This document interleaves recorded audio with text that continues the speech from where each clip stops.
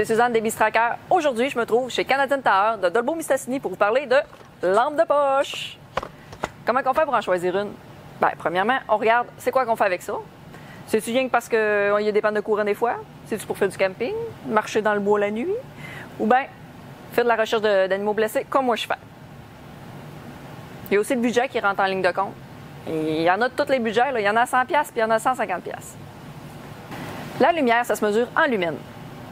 Aujourd'hui, on utilise presque juste des lumières OLED parce que les vieilles ampoules, là, c'était pas terrible. Ça développait juste 20 lumens par watt, tandis que les LED, c'est 150 lumens par watt. En général, les lampes qu'on retrouve sur le marché, ils ne vont pas développer plus que 1000 lumens. Dans les batteries, on a deux choix. Les anciennes à l'alcaline, qui sont encore super bonnes, ou les rechargeables, genre ion, lithium, puis tout ça. Dans les lithium, ce qui est le fun, c'est que c'est rechargeable, comme je vous l'ai dit. À cette heure-là, on a qui peuvent recharger d'une prise de courant, port USB, puis il y en a aussi qu'on peut recharger dans le 12 volts. Ça veut dire dans nos véhicules quand on roule. Pour les alcalines, c'est qu'on peut toujours en avoir de spare. C'est facile à traîner un peu partout. Mais il y a le poids qui est tannant.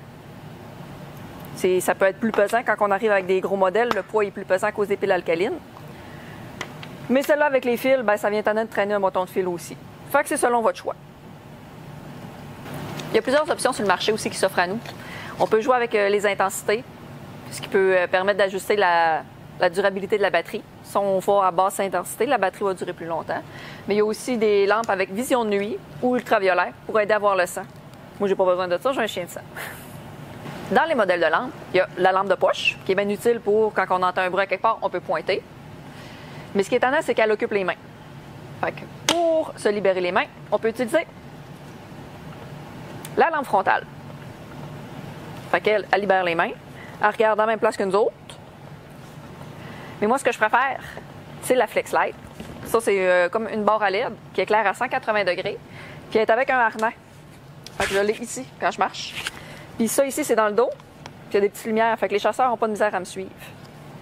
Je la combine souvent avec la lampe frontale pour regarder plus précisément. Puis après ça, ça me libère les mains. Souvent, il faut tasser des branches, regarder le GPS. Je tiens le chien. On y va à moitié. L'important, c'est que tout chasseur devrait avoir une bonne lampe dans son sac à dos. Si vous avez d'autres questions, vous pouvez contacter sur la page des Bistrackers ou aller chez Canadian Tower de Dolbeau-Mistassini. Salut la gang!